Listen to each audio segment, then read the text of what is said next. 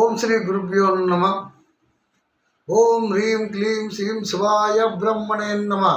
గురు బ్రహ్మ గురు విష్ణు గురుదేవో మహేశ్వర గురు సాక్షాత్ పరబ్రహ్మ తస్మై శ్రీ గురువే నమ. హరి ఓం. శ్రీరామ రామ రమేతి రమే రామే మనోరమే సహస్రనామ తత్తుల్యం శ్రీరామనామ వరాననే. శ్రీ వీరబ్రహ్మేంద్ర స్వామినే నమ. శ్రీ పరాభవ నామ సంవత్సరము. ఈ పరాభవ నామ సంవత్సరంలో కన్యా రాశి వారికి ఏ విధంగా ఉంటుంది? కన్యా రాశి వారికి ఆదాయం 8, వ్యయం 11, రాజ్యపూజ్యం 3, అవమానం 3, రెండు కూడా సమానంగా ఉన్నాయి. ఆదాయ వ్యయాల్లో ఆదాయం 8, వ్యయం 11, రాజ్యపూజ్యం 3, అవమానం 3.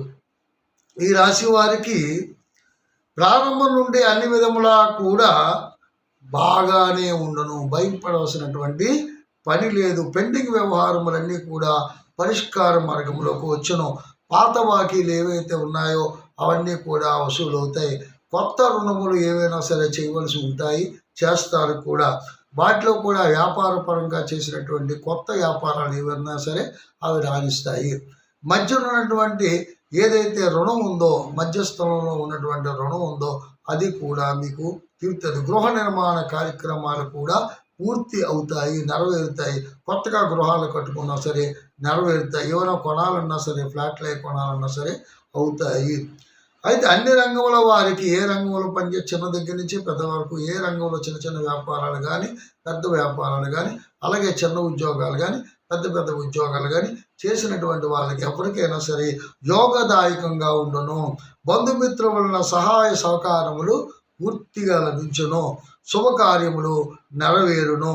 వాహన ప్రాప్తి, శత్రుబాధలు తొలుగుట కూడా జరుగును. కుటుంబ సభ్యులతో ఆనందంగా ఉంటారు. శరీర ఆరోగ్యము కొద్దిగా ఇబ్బందికరంగా ఉంటుంది. చాలా జాగ్రత్త అవసరము. కలత్ర సౌఖ్యము, మనశ్శాంతి చేకూరుట కొద్ది అవసరము. ఉత్సాహము, ధనలాభము కలుగును. విద్యార్థులు విద్య యందు ఆసక్తిగా ఉంటుంది. విద్యలో మంచి మార్కులతో పాస్ అవుతారు. నిరుద్యోగులు కూడా ఉపాధి అవకాశాలు ఈ సంవత్సరంలో హెచ్చుగా ఉన్నాయి.